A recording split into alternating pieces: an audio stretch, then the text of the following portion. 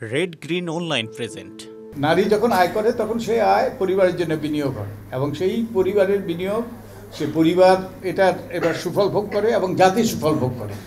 ঠিক তেমনিভাবে নারী যদি স্বাস্থ্যবান হয়, সুস্বাস্থ্যের অধিকারী হয়, শিশু স্বাস্থ্যবান হয় এবং পুরো সমাজ স্বাস্থ্যবান হয়, পুরো রাষ্ট্র পুরো জাতি স্বাস্থ্যবান হয়।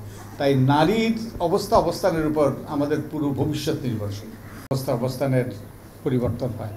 তো আমি প্রথমে বলেছিলাম নারীরা চিরকালই বঞ্চিত ছিল, চিরকালই নিগৃহীত অবহেলিত ছিল এবং সহিংসতার শিকার হয়েছে। আমি একটা উদাহরণ দিই আপনাদেরকে। আমি এই কথা আগেও বলেছি যে বগুড়ার মহাস্থানগড়, আপনারা কেউ গিয়েছেন বগুড়ার মহাস্থানগড় ইয়াতে? সেখানে একটা মিউজিয়াম আছে। সেই মিউজিয়ামে একটা শিলালিপি দেখেছিলাম আমি অনেক বছর আগে।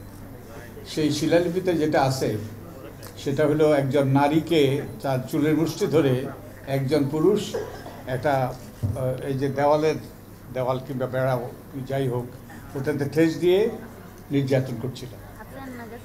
এটা আমি জানি না কত পুরনো শিলালিপি, বহু 1500-2000 বছরের পুরনো। তার মানে কি কোন সমাজে কোন অবস্থাতে এগুলো শিল্পকর্মে প্রতিফলিত হয়, যখন এটা ব্যাপকভাবে প্রচলিত এবং এগুলো গ্রহণযোগ্য, এটাই প্রচলিত ব্যবস্থা। তো এটা কিন্তু তার মানে কি? তার মানে এই যে নারীর প্রতি যে নিগ্রহ, নারীদের প্রতি যে নিপীড়ন, নিগ্রহ এবং নির্যাতন, এটা বহু পুরানো। এবং আমরা পুরুষরা অবশ্যই জন্য দায়ী এবং এর মূল কারণ হলো পুরুষতান্ত্রিকতা। যদিও পুরুষতান্ত্রিকতার কিন্তু শুধু পুরুষতান্ত্রিকতার রোগে আমরাই ভুগি তা নয়, নারীরাও ভুগে। ওই যে মুরগির রানের কথা বলা হয়েছে কিংবা মাছের মাথার কথা বলা হয়, সেগুলো কিন্তু নারীরাও সেখানে দায়ী। সো পুরুষতান্ত্রিকতা। কিন্তু আমি একটা কথা যেটা জোর দিয়ে বলতে চাই, আমরা পুরুষদের জন্য আমরা কিন্তু সুবিধাভোগী, এই পুরুষতান্ত্রিকতার সুবিধাভোগী।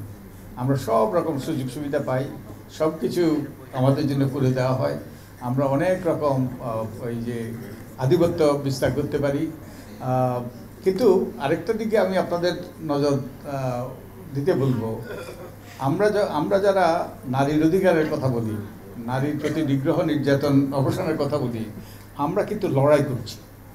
আমরা সমাজের সাথে লড়াই করছি না, নিজের সাথে লড়াই করছি। কারণ এটা আমাদের রক্তের সাথে মিশে আছে, আমাদের পুরুষদের রক্তের সাথে এই পুরুষতান্ত্রিকতা মিশে আছে। আবার নারীরা কিন্তু সামাজিকতার কারণে এটা অর্জন করেছে। তো আমরা যে এটা নিজের সাথে, নিজের প্রবৃত্তির সাথে, নিজের দৃষ্টিভঙ্গি মানসিকতার সাথে লড়াই।